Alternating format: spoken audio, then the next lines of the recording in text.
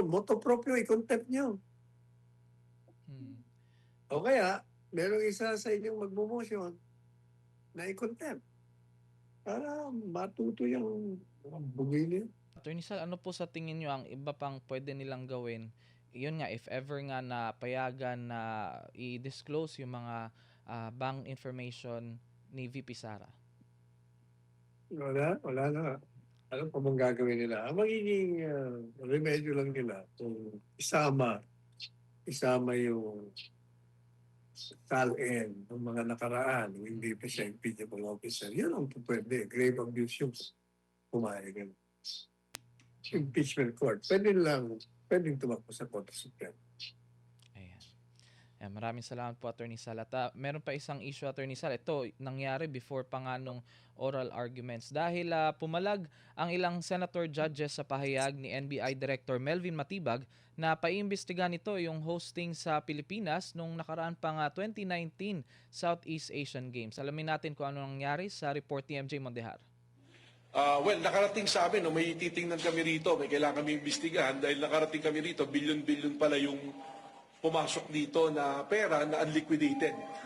At mayroong private company rito na na-involve na binayaran ng 10 billion at ang pagbabayad insertion sa GAA na hindi binayad. So ito, imbestigahan namin to. Malaking kaso rin ito.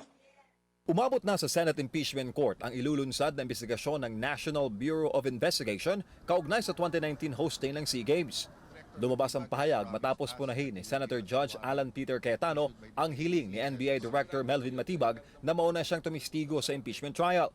Ayon kay Matibag, kailangan niyang dumalo sa isang anti-transnational crime event sa Bangkok, Thailand mula July 21 hanggang 22. Pero kinestyon ng ilang senator judges ang timing ng pagpapaimbestiga sa SEA Games. Malinaw raw kasi na si Senator Judge Alan Peter Cayetano ang target ng investigasyon sa gitna ng impeachment trial. Kahapon po ay biglang lumabas ang isang pahayag na iniimbestigahan daw po yung patungkol sa pangyayari noong Southeast Asian Games. Ito po ba ay eksakto lang o ito po ba ay merong dapat tayong pangambahan? The fact that he has to stand up, the fact that I have to stand up, the fact that Senator Robin has to stand up, he is distracting us from our job. As Senator Alan said, he could do it quietly. Go ahead. Anong purpose niya? Nagyayabang siya?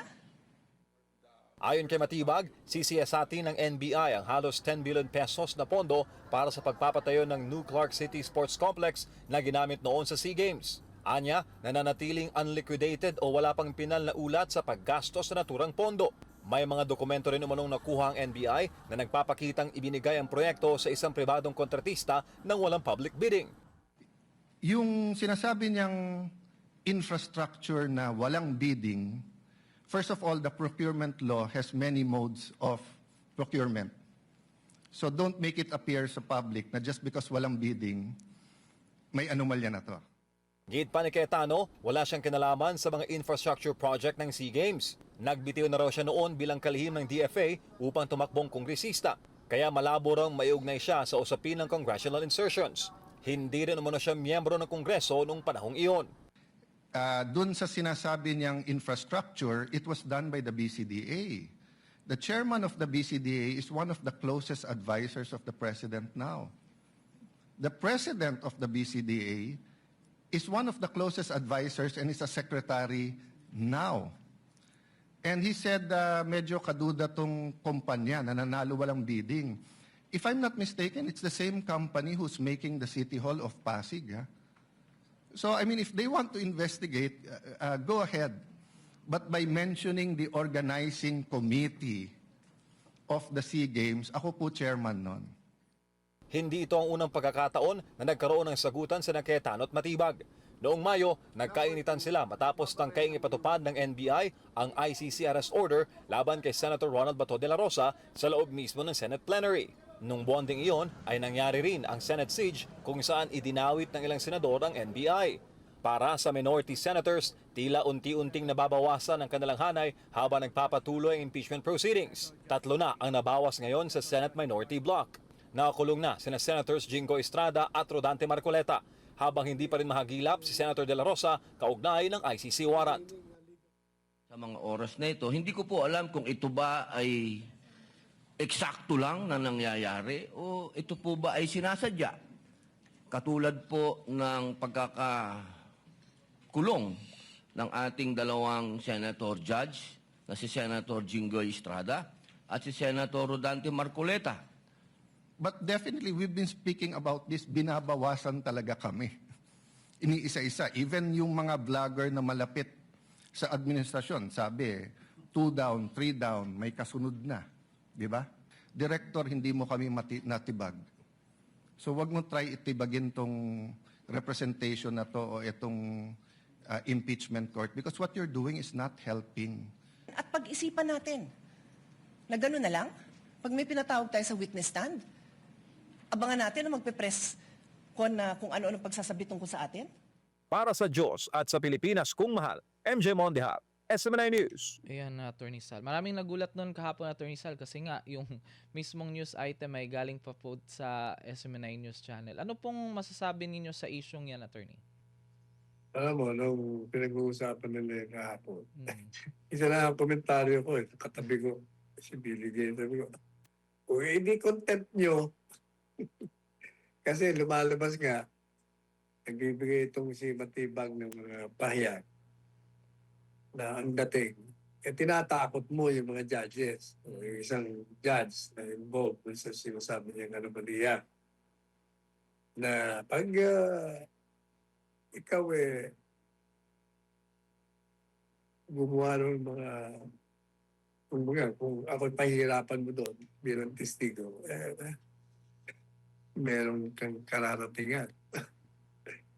Kaya, meron nga talagang intimidation na tinatawag. Tinatakot mo, pini-influensya mo yung galaw ng isang judge. Mabuti sana kung ang influensya, ibibigay mo, influensya doon sa kaso mo na pinapaliwanag mo sa kanya, wala kang kasalanan. Hmm. Kaya ang aking reaction doon, pag sa ganyan no, ang mga testigo, kayo may isang hukuman. Merong contempt power kayo. O i-contempt nyo. Talaga naman totoo itong ginagawa. Yung sinasabi ng tatlo, Hmm. si Robin, nangangamba, teka muna, pati siya, dinidemanda rin, di ba? Okay, so kumulong daw siya sa pagtakas. Ang punto nila, teka, inuubos nyo kami rito. Tatlo na nga nawala sa amin. Yung isa dahil gusto nyong ikulong kahit walang bataya. Hmm. Kaya hindi nyo na makita. Yung dalawa naman talagang kinulong nyo. Di tatlo na. Tapos si Alan ngayon, tinatarget nila. At gayong ang katotohanan, yun ang sinasabing anomalya. Matagal na ho na imbestigahan nyo sa panahon pa ni Presidente Duterte yun at wala silang nakitang anomalya. Hmm. Pangalawa, kung bubuhayin ba nila, sa tingin nila, hindi, kulang yata yung investigasyon. Teka muna. 4 na taon na kayong nasa kapangyarihan. Bakit ngayon nyo lang yan hinuhukay? Sa panahon ng impeachment. At sa panahon na ikaw ay isang testigo. So, hindi ibig sabihin, may agenda. Ganun lang ko kasimple yung pagsusuri dyan. Kaya siguro, on its own, motu proprio, i-contempt nyo. Hmm. O kaya, merong isa sa inyong magmumosyon na i-contempt. Para matuto yung bugay niya. Matutuloy yung kanyang pag-stand as witness ngayong Lunes, Attorney Sal, di ba? Like, kahit na binawasan ng prosecution panel yung iba pa mga witness, pero si NBI Director ay matutuloy sa Lunes. Posible kaya na i-contempt talaga siya ng Senate Impeachment Court? Unang-una, hindi sa Lunes siya magte-testify kasi sa Lunes, itutuloy nila yung kanilang huddle. Kaya Martes na yung pag-testify niyan. Na whether i-contempt yun o hindi, sa kanila yun. Kasi kung ako ang court, i-contempt na kagad siya.